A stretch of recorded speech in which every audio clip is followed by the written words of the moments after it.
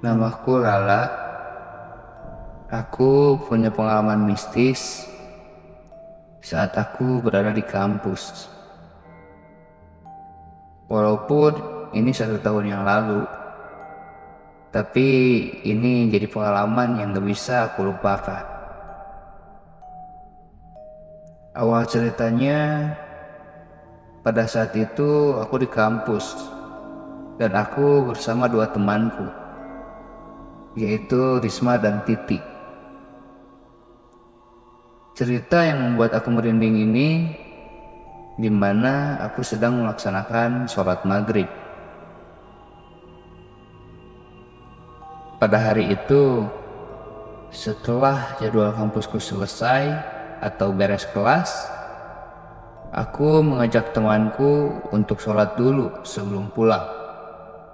Karena aku berpikir di saat nanti pulang dan sampai di rumah, kami bisa langsung beristirahat. Saat azan maghrib berkumandang, saya, Risma, dan Titi menuju musola yang berada di dalam kampus dan melewati lorong yang begitu sepi. Setelah sampai, aku dan Risma langsung bergegas mengambil air wudhu. Dan karena Titi mempunyai kepercayaan yang beda atau berbeda agama, jadi ia menunggu di luar saja, tepat di luar musola pada saat itu. Singkat cerita, aku dan Risma sudah di dalam musola dan melihat ada satu orang wanita berada di pojok, terlihat akan melaksanakan sholat juga. Dan memang pada saat sebelum sholat, aku tidak terlalu memerhatikan orang tersebut, karena aku pikir mungkin itu wali siswa, staf, atau karyawan mungkin. Hirau saja aku pun mulai melaksanakan sholat. Entah kenapa pada saat itu kok aku merasa tidak bisa fokus, seperti ada yang merasa aneh. Tidak seperti biasanya aku sholat. Singkat cerita, pada saat sujud di rakaat kedua, di situ aku seperti mendengar suara yang begitu keras, seperti suara ketukan yang mengenai tembok. Karena suara itu terdengar terus-menerus dan membuatku menjadi tidak fokus, ditambah suara itu yang semakin terus mengeras. Refleks aku melihat dalam keadaan sujud, dan betapa kagetnya, tanpa sengaja terlihat dengan ujung mata kananku seseorang wanita yang sholat dengan posisi sujud itu seperti menjeduk-jedukan kepalanya ke lantai.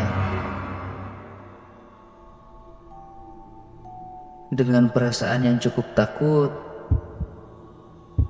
aku mencoba meneruskan sholatku.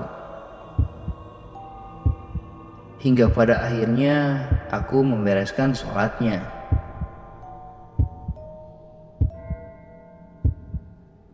Di sini satu keanehan terjadi lagi,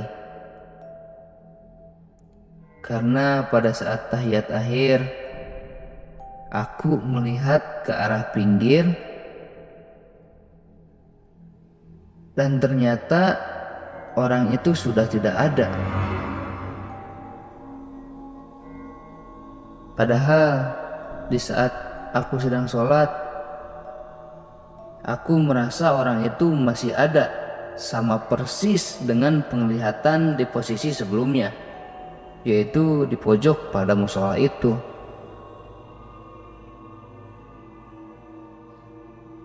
Setelah aku beres dan berdoa, langsung aku mengajak Risma untuk pergi keluar. Juga refleks mengajak Titi dengan terburu-buru. Walaupun Titi tidak tahu apa yang terjadi. Akhir cerita, aku dan kedua temanku sampai di luar dan diam di dekat pos satpam. Sambil terengah-engah karena terburu-buru. Sambil menunggu kendaraan umum untuk pulang, aku menceritakan apa yang aku lihat sebelumnya pada saat sholat tadi. Dan setelah aku tanyakan ke Risma, malahan Risma tidak melihat siapapun, namun ia mendengar suara yang kumaksud tadi. Dan katanya benar, suara itu terdengar sangat keras. Akhirnya aku pun menanyakan kepada Titi yang sedang menunggu di luar musola itu. "Tik, tadi kamu lihat ada orang yang keluar musola enggak?" Dan ternyata Titi menjawab, katanya, ia sama sekali tidak melihat apapun atau siapapun selain aku dan Risma. Bahkan ia juga tidak mendengar apapun di dalam musola itu.